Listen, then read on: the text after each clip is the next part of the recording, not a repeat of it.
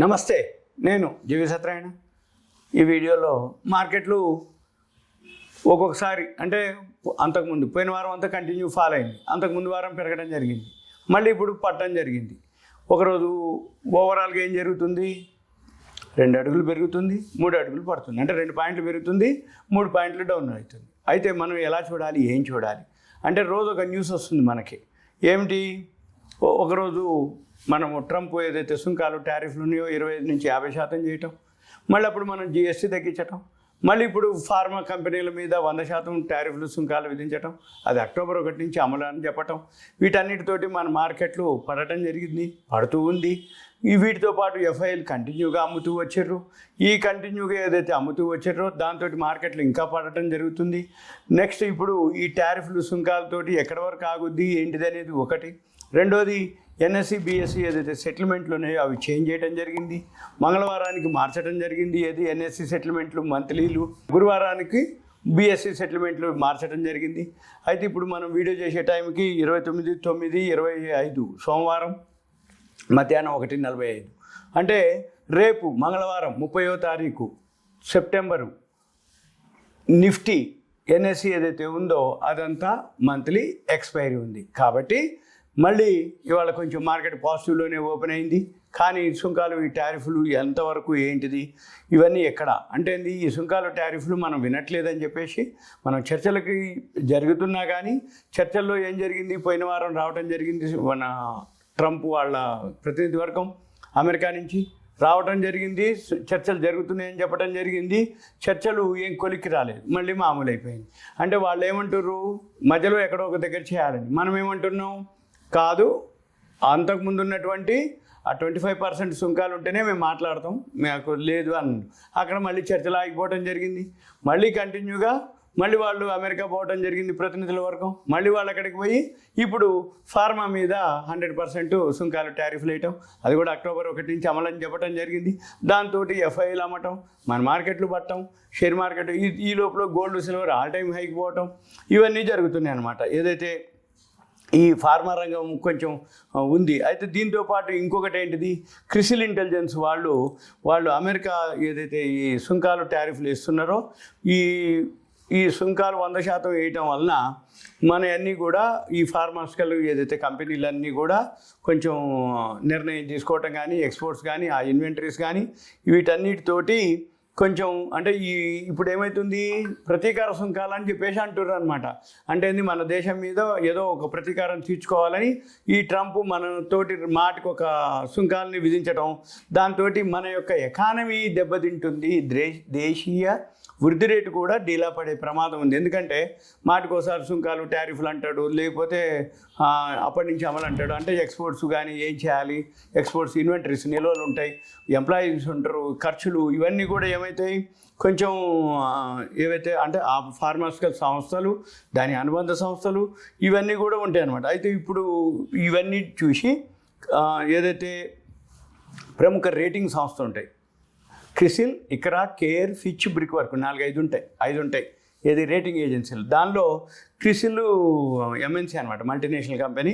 వాళ్ళ క్రిసిల్ ఏదైతే ఉన్నారో వాళ్ళు ఏం చెప్పారు, ఒక నివేదిక వెల్లడించడం జరిగింది. ఆ నివేదిక ఏంటిది అనేది ఇప్పుడు మనం అనమాట. ఈ సెప్టెంబర్ నెలకు గాను ఏదైతే ఆ రిపోర్ట్ విడుదల చేశారో వాళ్ళు ఏమంటారంటే, దేశీయంగా మన ఎకానమీ వృద్ధి చెందుతున్నప్పటికీ అంతర్జాతీయ స్థాయిలో ఎగుమతులు ఏవైతే ఉన్నాయో డీలా పడే ప్రమాదం ఉన్నదని వాళ్ళు హెచ్చరించడం జరిగింది. అంటే ఆ రిపోర్ట్లో చెప్పడం జరిగింది. అంటే ఏంటిది, ఇవే ఈ సుంకాలు టారిఫ్లతోటి ఎగుమతులు కొంచెం డీలా పడతాయి. కానీ ఎకానమీ విషయంలో కానీ, ఇండియా మన వినిమయంలో కానీ, ఉత్పత్తుల్లో కానీ అంతా ఓకే. కానీ ఈ ఎగుమతుల విషయంలో కొంచెం అనేది ఒకటి. తర్వాత ఈ దేశీయ వస్తువులపై ఏదైతే ట్రంప్ ఇలా వేయటంతో పారిశ్రమ రంగాలన్నీ కూడా కొంచెం అంటే తీవ్ర స్థాయిలో ఆ ప్రభావం ఉంటుంది అనేది అనమాట. అయితే మొన్నటి వరకు వేరే ఉండే ఎక్స్పోర్ట్స్ కోసం ఉండే 25 నుంచి 50 చేసి మనం వేరే దేశాలతోటి టైఅప్ చేసుకోవటం, వేరే దేశాలకు ఎక్స్పోర్ట్ చేయటం మొదలుపెట్టినాం. ఈ లోపల మళ్ళీ ఇప్పుడు ఫార్మాస్యూటికల్ మీద పడటం జరుగుతుంది. అంటే ఈ ఫార్మా రంగ సంస్థల స్థాయిలో ఏవైతే కంపెనీలు ఉంటాయో వాటన్నిటి మీద కొంచెం తీవ్రమైనటువంటి ప్రభావం చూపుతుందని ఆ నివేదిక చెప్పడం జరిగింది. అయితే దేశీయంగా పెట్టుబడులు పెట్టే వాళ్ళు కూడా అంటే వెనుకంజ వేసే అవకాశాలు ఉన్నాయని, ద్రవ్యోల్బణం తగ్గుముఖం పట్టడం, వడ్డీ రేట్ల కోతల ద్వారా దేశీయ వినిమయం పుంజుకుంటుంది. కానీ ఈ ప్రస్తుత ఆర్థిక సంవత్సరం, ఈ ఫైనాన్షియల్ ఇయర్లో మన యొక్క దేశం యొక్క వృద్ధి రేటు అంటే 5 త్రైమాసికాలకి అంటే కూడా మనం ఎకానమీలో 7.8% నమోదు అవ్వడం జరిగింది. అంటే క్రితం ఏడాదితో పోలిస్తే, అంటే పోయిన సంవత్సరానికి ఈ సంవత్సరం చేస్తే 7.4% నుంచి ఇప్పుడు 7.8%, అంటే ఇది పాజిటివ్లోనే ఉంది ఎకానమీ అని అర్థం. అయితే మళ్ళీ ఈ ధరల సూచి అంటే ఇన్ఫ్లేషన్ ఏదైతే ఉందో అది కూడా తగ్గుముఖం పట్టడం, రిజర్వ్ బ్యాంక్ వడ్డీ రేట్లు తగ్గించడం, ఇవన్నీ పాజిటివ్ న్యూస్లు. అయితే దీంతో ఎకానమీ పెరగటం, వృద్ధి అవుతుంది అనేది అవకాశాలు ఉన్నా మళ్ళీ ఇప్పుడు దీంతో పాటు అధిక వర్షపాతం, ఈ అధిక వర్షపాతం ఏదైతే ఉందో దాంతో ఏమవుతుంది, వ్యవసాయ వృద్ధిలో బాగా ఉంటుంది. దాంతో ఏమవుతుంది, ఆహార ద్రవ్యోల్బణం అంటే ఇన్ఫ్లేషన్ బాగా తగ్గే అవకాశాలు ఉంటుంది అనేది వాళ్ళు భావిస్తున్నట్టు చెప్పడం జరిగింది. ఎప్పుడైతే వర్షాలు బాగా పడుతుందో, గ్రౌండ్ వాటర్ బాగా పెరుగుతుందో, అంటే వ్యవసాయంలో బాగా అంటే ప్రొడక్షన్ పెరుగుతుంది. ప్రొడక్షన్ ఎప్పుడైతే పెరుగుతుందో ఆటోమేటిక్గా ఇన్ఫ్లేషన్ అంటే మనం కొనుక్కునే ఏదైతే తినే వస్తువులు ఏవైతే ఉన్నాయో అవన్నీ తక్కువ ధరలో దొరుకుతాయి. దీంతో అనమాట అంటే కమోడిటీస్ అంటాం వాటిని, అగ్రికల్చర్ కమోడిటీస్ అంటాం. వాటిల్లో ఏదైతే ఉందో అది ధరలు అదుపులో ఉంటాయి కాబట్టి ఎకానమీ బాగుంటుంది అనేది వాళ్ళు అనౌన్స్ చేయడం జరిగింది. అయితే అంతర్జాతీయంగా క్రూడ్ ఆయిల్ ధరలు కూడా తగ్గుముఖం పట్టడం, అది కూడా మన దేశానికి ఉపయోగపడుతుంది, ఎకానమీకి హెల్ప్ అవుతుంది. ఎందుకంటే క్రూడ్ ఆయిల్ మనం మనకు ఉత్పత్తి లేదు, మనం దిగుమతి చేసుకోవాలి. అది తగ్గుముఖం పట్టడం కూడా ఒకటి అనమాట.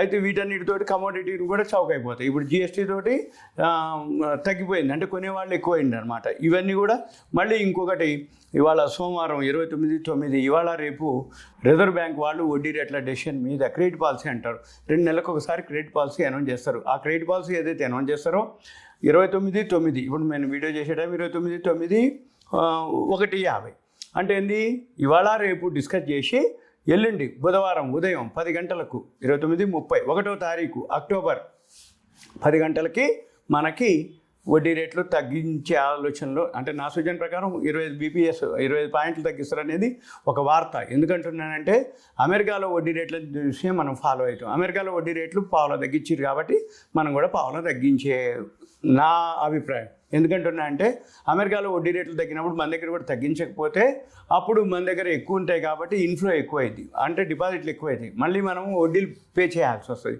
అందుకని అమెరికాలో వడ్డీ రేట్లు న్యూట్రల్గా ఉన్నప్పుడు మనం కూడా న్యూట్రల్ ఉంచుతారు. అమెరికాలో వడ్డీ రేట్లు పెంచితే మనం కూడా పెంచాలి. అమెరికాలో వడ్డీ రేట్లు పెంచినప్పుడు మనం పెంచకపోతే మనం అప్పుడేమవుతుంది, అక్కడెక్కడైతే వడ్డీ రేట్లు ఎక్కువ ఉన్నాయో అక్కడికి వెళ్ళిపోతాయి ఫండ్స్. అందుకని అమెరికా వాళ్ళు ఏం చేస్తే మనం అదే చేస్తాం. అమెరికా వాళ్ళు ఎప్పుడైతే దాని తర్వాత కొన్ని రోజులకు మంది కూడా ఉంటుంది. ఇవాళ స్టార్ట్ అయింది ఏది ఆర్బీఐ క్రెడిట్ పాలసీ డిస్కషన్లు. ఇవాళ రేపు సోమవారం, మంగళవారం, బుధవారం ఉదయం 10 గంటలకి అనౌన్స్మెంట్ చేస్తారు. ఇవన్నీ అనమాట. అయితే ఈసారి కూడా తగ్గించే ఆలోచనలో ఉండొచ్చు అనేది ఒక సమీక్షలో వాళ్ళు అనడం జరిగింది. ఇప్పటికే తగ్గించడం జరిగింది కాబట్టి మరి ఆ వడ్డీ రేట్లు ముట్టుకోపోవచ్చు అని కూడా అనడం జరిగింది. ఏదున్నా మనం బుధవారం ఉదయానికి మనకి ఆ వడ్డీ రేట్ల డెసిషన్ అనేది తెలుస్తుంది. ఇవన్నీ గుడ్ న్యూస్లు ఉన్నాయి. కానీ దీంతో ఈ ట్రంప్ సుంకాలు, టారిఫ్లు ఎక్కడో ఒక దగ్గర చర్చలు కనుక అయితే తప్ప మన ఎకానమీ అంటే మన షేర్ మార్కెట్ కొంచెం అనమాట. కాకపోతే వాల్యూ ఉన్న స్టాక్స్ ఉన్నాయి, న్యూస్ ఉన్న స్టాక్స్ ఉన్నాయి, ఆర్డర్స్ ఏవైతే ఉన్నాయో అవి స్టాక్స్ ఉన్నాయి. మన పని ఏంటిది, ఆర్డర్స్ బాగా ఉండాలి, కంపెనీ యొక్క ప్రాఫిట్ బాగా ఉండాలి, రాబోయే రోజుల్లో ఆ కంపెనీ బాగా లాభాలు వస్తాయనేది గెస్ చేయగలగాలి. అడ్వాన్స్ ట్యాక్స్ డేటా వచ్చేసింది.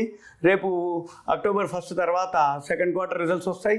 ఈ జిఎస్టీ ఎఫెక్టు లేకపోతే ఈ సెకండ్ క్వార్టర్ రిజల్ట్స్, ఆర్డర్స్ ఉన్న కంపెనీల యొక్క రిజల్ట్స్ అన్నీ కూడా అనౌన్స్ చేయడం జరుగుతుంది.